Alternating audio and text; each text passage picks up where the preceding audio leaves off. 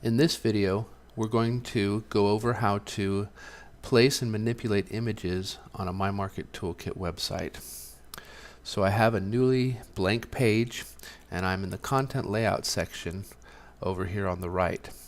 All I need to do is, for instance, I can select a 3-column image text and drag it over and place it where I would like.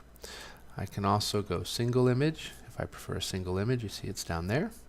Or I can go to basic elements, and there's an image option there as well, and I can place an image there also.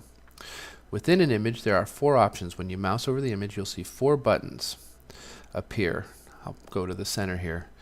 The first, far left, is the settings button, and this is where you can actually place an image, manipulate an image, size an image, those types of things, and we'll spend some time in there today.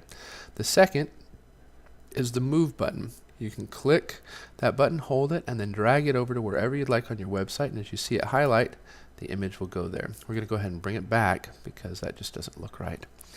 The third button is the clone button. You can go ahead and press that button, and whatever's there, all of the settings, the image, if there's an image in it, will all clone over. I clicked it twice. And then finally, the delete button, which we can use right now. We click, and yes, we want to delete it. Yes, we want to delete that. Oh, delete that one. There we go. Delete, and delete this one as well. And we're going to delete this big one down here because we just don't need it. Okay, so let's go into settings. We click into settings and we get a pop-up window. There are a couple of ways that you can place an image in My Market Toolkit.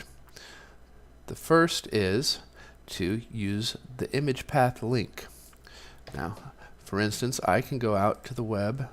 I found a Vontium resource. I can copy the image address, and then in my path I can Control V and paste it. And when I save, you'll see right there, there's my image. The width and height options give you the width and height of the image. Now, you can do it either by percentage or by pixels. If you do the width of 100%, it's not 100% of the image, it's 100% of the container that the image is in. So for instance, if I were to make this container a 2 wide image, the picture would fill up the width of the container.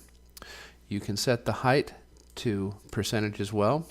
We don't recommend it because we save and it shows. This can have some unexpected results. We usually just set one or the other to 100% and then auto for the other. This will make sure that the aspect ratio maintains its integrity and you don't get stretched faces, squeezed faces, or images, which just doesn't work. The other option is to do it by pixels if you prefer. You do the number of pixels you want and then P and X behind it, and that will change it to a specific pixel number. Now, if you're doing a responsive website, we strongly discourage this. Responsive websites function best when they're done by percentages, and so that's definitely our recommendation, but you do have the flexibility to do it by pixel or percentage. The title of the image is simply for SEO. This is my test image. And we can go ahead and the alt text, when you mouse over an image, the alt text is what pops up over your mouse. This is my test image.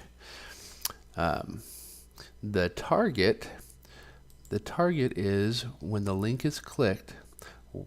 If the image is a link, when the link is clicked, where it will go. Those are usually things like self, which is the default if you don't put anything in the target.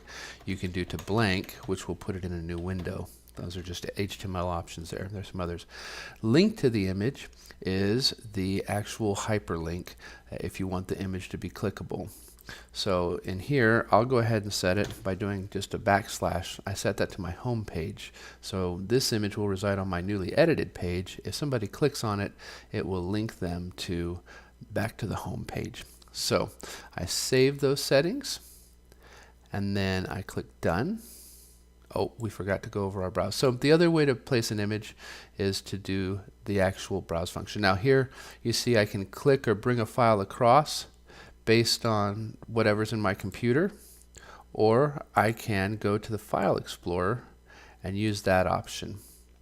So I'm going to go ahead and click, and here's the file explorer that we're used to. And then from there, I can click to whatever image I would like. You see it loading up there. Once it's loaded, you'll get a green check mark. Then you can select it down at the bottom, save, and done.